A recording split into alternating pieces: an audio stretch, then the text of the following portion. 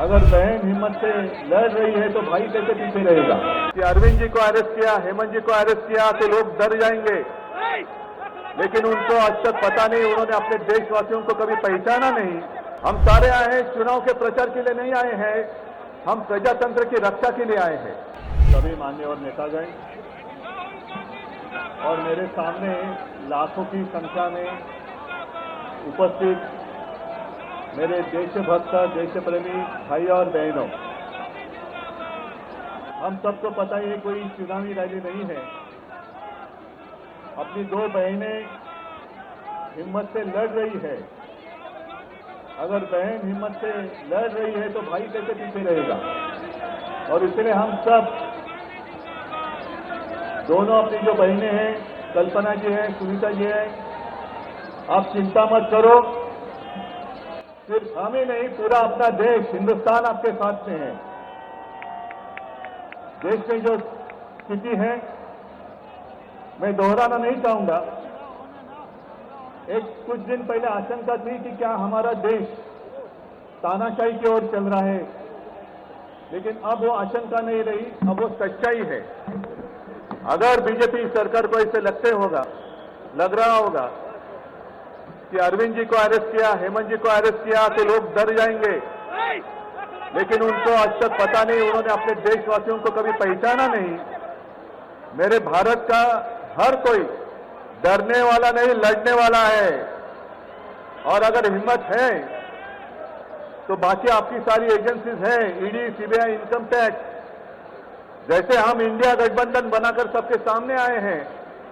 अगर आपने हिम्मत है तो बीजेपी को मैं कहता हूं, चुनौती देता हूं कि बाकी सारे लोगों को छोड़ दो, आप सीधा आपके बैनर पर लगा दो कि बीजेपी के साथ जो तीन साथी पार्टी है वो ईडी, इनकम टैक्स और सीबीआई है। लेकिन अब समय आया है, कितने दिन तक हम उनकी आलोचना करते रहेंगे। अब तो उनका सपना ऐसा है कि 400 पार। मैं पूरे देश को आह्वान करना चाहता हूं कि एक व्यक्ति और एक पार्टी की सरकार देश के लिए खतरनाक हो गई है, और अब वो समय आया है कि एक पार्टी और एक व्यक्ति की सरकार नहीं चलेगी। पूरे देश को मैं आह्वान करता हूं कि हम सबको अब चाहिए, मजबूत देश चाहिए, और मिलीजुली सरकार हमें लानी ही होगी। देश में जितने सारे प्रांत हैं, जितने सारे राज्य हैं, उनका सम्मान करने वाली सर्वतोमुखी सरकार अगर हम लाते हैं तो ही देश बच सकता है, नहीं तो फिर आपका सवाल है, आपका भविष्य आप किसके हाथ में देना चाहते हो। हम सारे आए हैं चुनाव के प्रचार के लिए नहीं आए हैं, हम प्रजातंत्र की रक्षा के लिए आए हैं। और कैसी सरकार है, अरविंद जी के ऊपर इल्जाम लगा दिया, डाल दिया जेल में, हेमंत जी के ऊपर इल्जाम लगा दिया, डाल दिया जेल में। ये कौन सा तरीका है। इनके पास जितने सारे लोग हैं, मैं आपके सामने आने से पहले कुछ पत्रकारों के साथ वार्तालाप कर रहा था, और उन्होंने कहा कि उद्धव जी अब उन्होंने इनको साथ में ले लिया, उनको साथ में ले लिया। जिनके ऊपर भ्रष्टाचार के आरोप खुद भाजपा ने लगाए थे, उनको उन्होंने वॉशिंग मशीन में डालकर साफ सुथरा नहला धोला कर अपने मंच पर विराजित कर दिया। तो आप क्या विश्वास रख सकते हैं।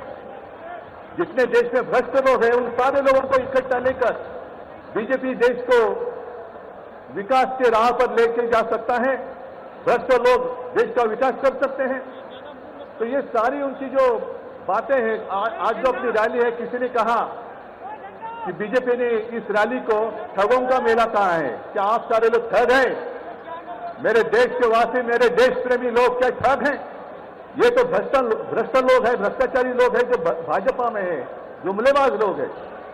और मैं ये भी जानता हूं, मुझे याद है कि कुछ दिन पहले उत्तर भारत के सारे किसान दिल्ली आना चाहते थे, नहीं आने दिया।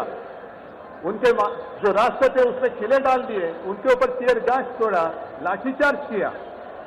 तो मैं पूरे देश के किसानों का आह्वान करता हूं, आप अन्नदाता हो, अन्नदाता देवो भव हमारी संस्कृति है। जो सरकार किसानों को आतंकवादी मानती है और जो सरकार किसानों को दिल्ली आने से रोकती है, तो पूरे अब समय है कि पूरे देश के किसानों ने किसानों को आतंकवादी समझने वाली भाजपा सरकार को दिल्ली आने से रोकना होगा। जैसे आपकी राह उन्होंने आपके रास्ते दिल्ली आने से रोकी थी, वैसे अब किसानों ने बीजेपी को दिल्ली आने से रोकना ही होगा। और एक नारा जो मैंने मुंबई में दिया था, वो जो कहते हैं कि आपकी बार 400 पार, मैं आपको आह्वान करता हूं कि जहां से आप आए हुए हैं आप जाओ, अपने घर पे जाओ, जहां भी जाएंगे गांव में जाओ, लेकिन एक नारा आपको देना होगा तानाशाही के खिलाफ, अब की बार भाजपा तड़ी पार, अब की बार भाजपा तड़ी पार। और ऐसे तानाशाही करने वाली सरकार अब हम दिल्ली आने नहीं देंगे, यही शपथ लेकर आगे हमें जाना होगा। और फिर से एक बार सुनीता जी, कल्पना जी, आप चिंता मत करो, पूरा देश आपके साथ है, आप लड़ाई जीतेगी और हम सब लड़ाई जीतेंगे, प्रजातंत्र जीतेगा। जय हिंद, जय महाराष्ट्र। बहुत बहुत धन्यवाद। मैं एक रिक्वेस्ट सब साथियों को करना चाहता हूं कि जब सीनियर लीडर्स बोल रहे हो तो उनकी बात को आप ध्यान से सुनिए। उद्धव ठाकरे जी ने बहुत अच्छा नारा दिया, एक बार आप सबको वो नारा दोहराना पड़ेगा। मैंने सुना था मुंबई में भी इन्होंने एक नारा दिया था, अब की बार